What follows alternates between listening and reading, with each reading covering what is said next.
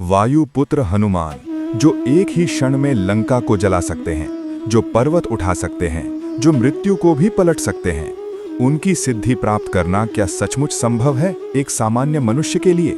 शास्त्रों में लिखा है, और ये केवल कहानी नहीं, ये वेद पुराणों का प्रमाण है कि हनुमान जी ऐसे एकमात्र देवता हैं जो कलयुग में भी सजीव, सक्रिय और अपने भक्तों के अत्यंत समीप हैं। वाल्मीकि रामायण से लेकर श्रीमद् भागवत तक हर ग्रंथ में यही कहा गया है कि हनुमान जी की कृपा जिस पर हो जाए उसे न काल डरा सकता है, न संकट तोड़ सकता है। तो आज इस वीडियो में हम जानेंगे वो 7 उपाय जो शास्त्र सम्मत हैं, जो सिद्ध हैं, जिनसे हनुमान जी की सिद्धि एक साधारण भक्त भी प्राप्त कर सकता है।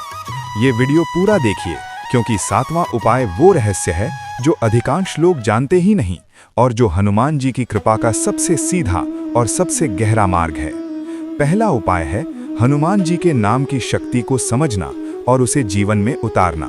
शास्त्रों में नाम को ब्रह्म कहा गया है। वेदों में नाम को शब्द ब्रह्म की संज्ञा दी गई है। रामचरितमानस में गोस्वामी तुलसीदास जी ने लिखा है, राम नाम मणिदीप धरु, जीह देहरी द्वार। लेकिन हनुमान जी के संदर्भ में ये और भी विशेष है। हनुमान जी स्वयं राम नाम के परम उपासक हैं।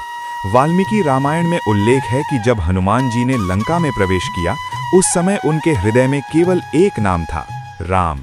यही कारण है कि हनुमान जी की सिद्धि पाने का पहला और सबसे महत्वपूर्ण उपाय है प्रतिदिन श्री राम जय जय राम का जप करना। ये मंत्र हनुमान जी को अत्यंत प्रिय है। स्कंद पुराण में वर्णित है कि ये मंत्र 16 करोड़ नामों के जप के समान फल देता है।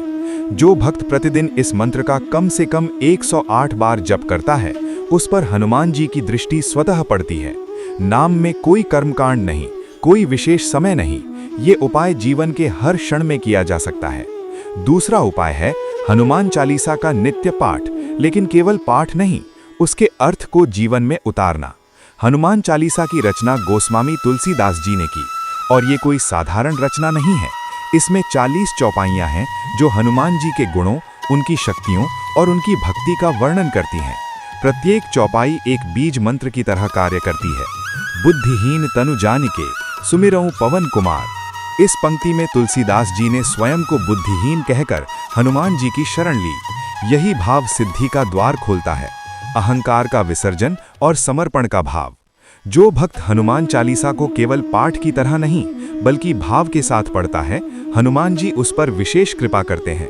शास्त्रों में कहा गया है कि हनुमान चालीसा का 108 बार पाठ करने से बड़े संकट भी टल जाते हैं और भक्त के जीवन में एक अदृश्य रक्षा कवच निर्मित हो जाता है। अब यहाँ एक क्षण रुकिए, क्योंकि जो बात अब आप सुनने वाले हैं वो शास्त्रों का एक ऐसा रहस्य है जो हनुमान जी की सिद्धि को सीधे आपके जीवन में उतार सकता है।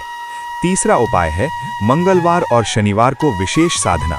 ज्योतिष शास्त्र और पुराणों में मंगलवार को मंगल ग्रह का दिन कहा गया है और हनुमान जी का मंगल ग्रह से विशेष संबंध है। मंगल ग्रह साहस, शक्ति और पराक्रम का ग्रह है और हनुमान जी इन्हीं गुणों के अधिष्ठाता हैं।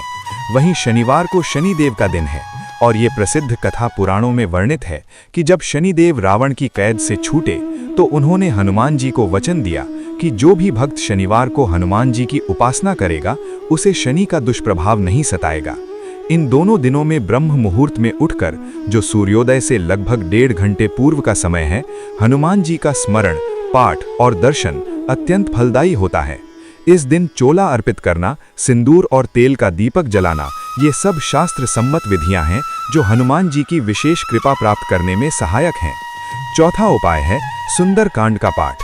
वाल्मीकि रामायण का ये अध्याय केवल एक काव्यखंड नहीं है, ये एक पूर्ण साधना है। सुंदर कांड में हनुमान जी की समुद्र लंघन की यात्रा, लंका प्रवेश, सीता माता से मिलन और अशोक वाटिका का वर्णन है। इस पाठ का महत्व इसलिए अद्वितीय है क्योंकि इसमें हनुमान जी की शक्ति, बुद्धि, भक्ति और नीति सभी का एक साथ दर्शन होता है। शास्त्रों में कहा गया है कि जो भक्त प्रत्येक मंगलवार को सुंदर कांड का पाठ करता है, उसके जीवन में आने वाले अवरोध, शत्रु भय और रोग, ये सब धीरे धीरे समाप्त होने लगते हैं। सुंदर कांड का पाठ करते समय हनुमान जी की मूर्ति या चित्र सामने रखना और घी का दीपक जलाना, ये विधि और भी प्रभावशाली बनाती है इस साधना को। 5वां उपाय है हनुमान अष्टक और बजरंग बाण का पाठ। बजरंग बाण एक अत्यंत शक्तिशाली स्तोत्र है। इसमें प्रत्येक पंक्ति एक आह्वान है हनुमान जी को प्रत्यक्ष बुलाने का। जय हनुमान ज्ञान गुण सागर। इस आह्वान में एक ऐसी ऊर्जा है जो भक्त के चारों ओर एक सुरक्षा चक्र निर्मित करती है। शास्त्रों और संत परंपरा में ये मान्यता है कि बजरंग बाण का पाठ विशेषतः तब करना चाहिए जब जीवन में कोई गंभीर संकट हो, जब भय हो, जब शत्रु का भय हो या जब मन अत्यंत विचलित हो। ये स्तोत्र हनुमान जी को इस प्रकार पुकारता है जैसे एक बच्चा अपने पिता को पुकारता है, और हनुमान जी उस पुकार को अनसुना नहीं करते। यही उनकी भक्त वत्सलता है, यही उनका स्वभाव है। और अब रुकिए एक पल, क्योंकि यहाँ एक बात समझना आवश्यक है जो अधिकांश लोग अनदेखा कर देते हैं। छठा उपाय है हनुमान जी के स्वरूप की ध्यान उपासना। ये उपाय सबसे सूक्ष्म है लेकिन सबसे गहरा भी है। श्रीमद् भागवत और उपनिषदों में रूप ध्यान को उपासना का उच्चतम स्तर कहा गया है। हनुमान जी का स्वरूप पंचमुखी हनुमान अत्यंत तेजस्वी और कल्याणकारी है।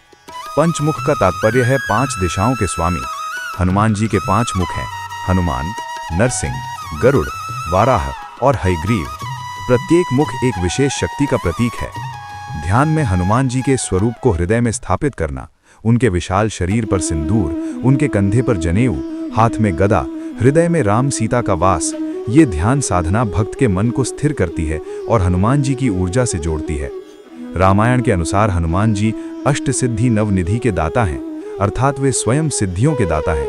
जो भक्त भाव से उनका ध्यान करता है, हनुमान जी उसे वो सब देते हैं जो उसके लिए कल्याणकारी है। अब हम आते हैं 7वें और सबसे महत्वपूर्ण उपाय पर, और ये वो उपाय है जो न केवल हनुमान जी की सिद्धि दिलाता है बल्कि आत्मा को परमात्मा से जोड़ता है। 7वां उपाय है सेवा और समर्पण। ये सुनने में बहुत साधारण लगता है, लेकिन यही सबसे गहरा और सबसे कठिन उपाय भी है। हनुमान जी का पूरा जीवन दर्शन एक ही शब्द में समाहित है: दास्य भक्ति। वे कभी भी अपनी शक्ति का प्रदर्शन नहीं करते, वे कभी अहंकार नहीं करते।